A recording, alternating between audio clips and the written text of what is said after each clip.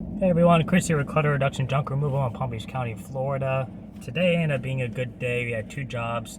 I did a job yesterday, well, earlier in the week when you watch this video, that it was a full clean out, mainly all mattresses and a few items in the house. And he's been trying to go back and forth and get people to get rid of stuff for him because he's a little bit on a budget. And he was gonna wait a couple of days to have me come back to get anything left over that his buddy can't get out for him. But the following day he was calling him, the guy wasn't answering, he got fed up and said, screw it, I'm just gonna use you again and get it over with. So we did that today, filled up a full truck again, cleaned out a 10x8 shed along with some miscellaneous stuff in the house and 3 couches that were left over. They ended up paying me in cash, so that worked out. I don't have to pay for the transaction fees on the credit card now. But after we went ahead and went to the dump and got that all taken care of, we went ahead and I'm gonna go the wrong way on this turnabout here. We got a call from our contractor friend who had a house, well, a condo, and needed a few items taken care of. It actually ended up being the same condo I was at a couple of months ago for the realtor, the husband of the organizer. So, nice little coincidence there. I always forget which way to go. I probably should have gone that way. I think this way is a dead end. But, wasn't a crazy amount of stuff, about a quarter of a truck. And then there's a large glass tabletop I charged a little extra surcharge for. And then that was it. So, I'll go ahead and throw up a couple of clips from the first job because I talked about getting couches out of awkward doors, and then I'll probably throw up a price for the both jobs and for the day, just kind of give you a ballpark idea. I have this new thing I want to start doing. I've been reading the Profit First book by Mike Malowitz. Maybe I'll throw a screenshot up on the screen and I talk about it in other videos too. But he has this theory about, like, instead of growing your business all the time to get bigger and get more jobs, keep your business small where you have less expenses and just get more volume, you know, because less vehicles, less insurance, less maintenance, less workers, less insurance, less labor costs, you know. And I was thinking about it the other day, it's like, assuming you don't have like any credit card debt on your business card, if you know how much money you have to pay for weekly in bills, and let's say your first job of the week takes care of that, that means any money after that should be profit for your business, whether it's being put away to taxes, savings, or self-pay. Excuse me, picked up a dry cough. So that's something like I was thinking about today, and like it made me feel happier working, knowing that like yesterday, because it was a full truck job, paid for my bills for the week and then some. That now anything today, which ended up being 2 jobs, paid for, is just, you know, it's extra. So like I feel like that's like a more helpful mindset having versus, you know, always focusing on growing and getting bigger. Of course you want to get more popular and get more volume, but at the end of the day, I would rather stay small and just be consistent. I would like to one day hire out a couple of guys just to kind of help limit the amount of stress that I have to do. But at the end of the day, you know, I'd rather keep it small and steady than, you know, big and have all this stuff going on. So, just my 2 cents on the subject. I'll talk more about it though when I'm done reading the book. And I'll go ahead and throw up some clips of the 2 jobs today along with how much money we made. Otherwise, that is it for me, and hope you're all having a good week. Thanks for watching. Bye.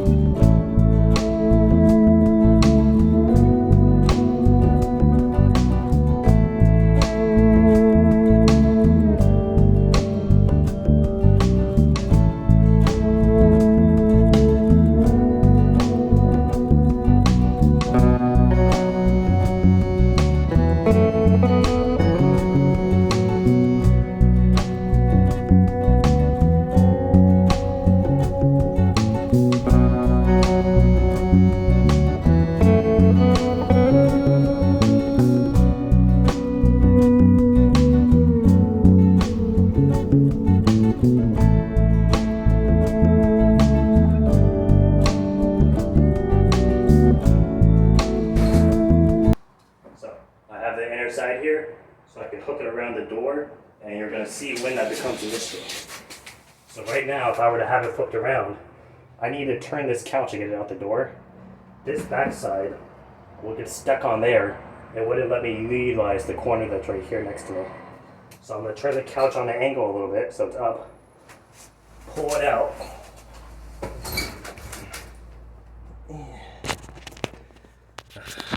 We're gonna try and do this here. So right now, I'm kind of panned in with the door. I'm stuck here. I don't have any more room to get out. So what I'm gonna do is I'm gonna turn the couch this way. And because couches are soft, you can actually pry them against the door frame like this and kind of force your way over. We're gonna try this with one hand. So I'm gonna pry myself over. This is a lot harder at one hand. There we go. So now I'm out the door frame. Now this is what I was talking about with having that thing there. If this was flipped around, I wouldn't be able to utilize that space down there to hook it out the door. And I would be stuck over there by the time I did so. And that was especially the case with the brown couch, because the brown couch was about 8 inches taller on the top side. So it was really an issue. So now that I'm lined up, all I have to do is pull it straight up.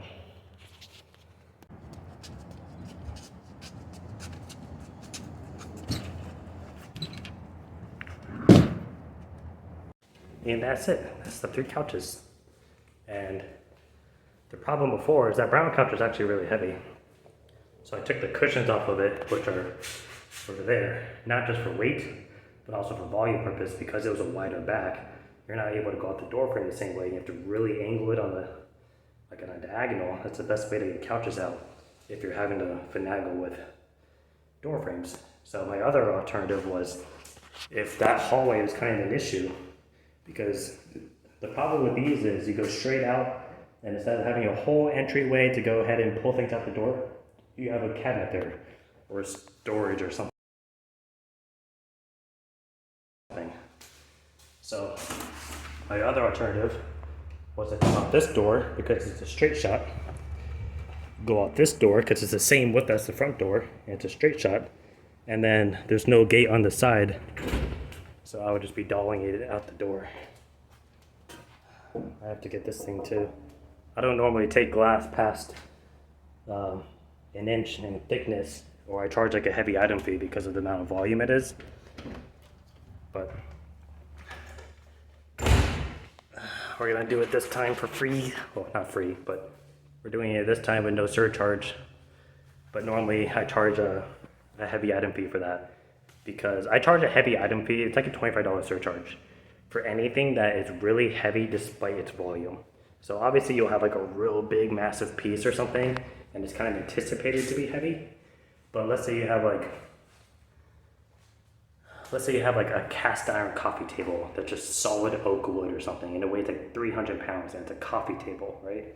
It's like a piece this small shouldn't weigh this much, which means that it going in my truck, because I'm charged on weight in Florida, right? We charge by volume, but the dump charges us by weight. So if I bring this to the dump and it weighs 300 pounds, that's almost a quarter of a ton. So I'm being charged for that single piece, despite how little room it takes up in my truck. The price ratio just doesn't make sense for profit.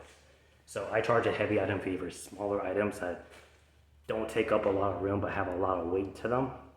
Or if I have a piece that's so big and massive and just heavy in general, that, like, let's say it's a struggle for me to get it into the trailer, that's how big and heavy it is, I'll charge a heavy item fee.